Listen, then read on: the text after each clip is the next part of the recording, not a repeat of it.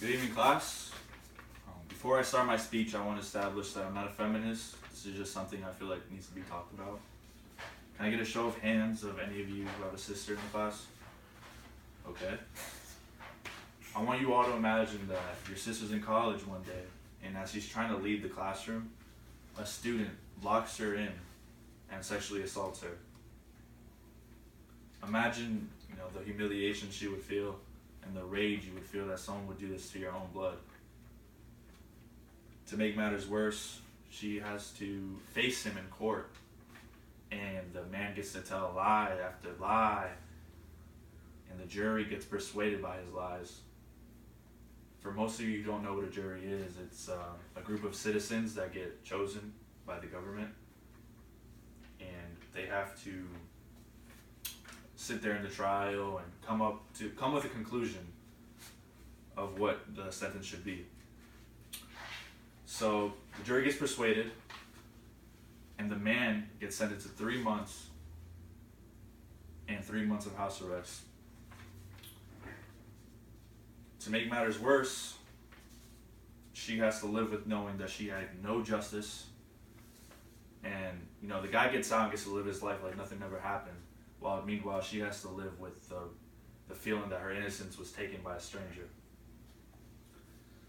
As I've done my research, I've noticed that this is actually a very common occurrence, and this probably sounds familiar to most of you. The only way of prevention is for the government to create mandatory minimums for sexual assault. According to the National Sexual Violence Resource Center, and one in 5 women and 1 in 16 men are sexually assaulted in college. So think about that for a second. That could be any one of you in college right now. The stats don't lie. Creating mandatory minimums gets rid of biased opinion and lowers the risk of this happening. Not only that, but brings justice to the victims. Now, the only state in the United States, which is a problem, that has sexual assault mandatory minimums is California.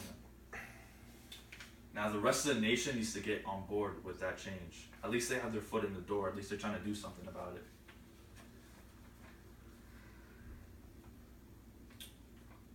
Now, suspects are being cleared of sexual assault charges but convicted on misdemeanor charges.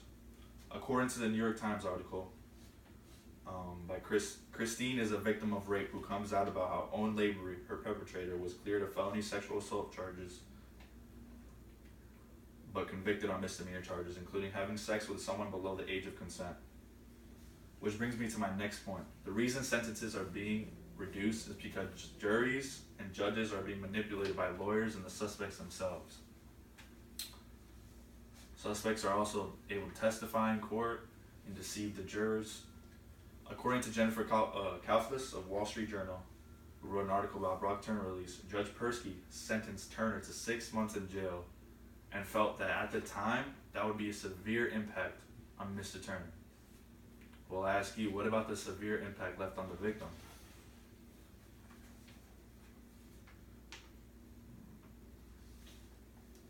He was released in 3 months because Cali's Penal Code awards credit for time served. Now, the average rape sentence is 11 years. If that doesn't show a flaw in our justice system, I don't know what does. The benefits of having a mandatory minimum would be that judges, juries would have no say in sentencing.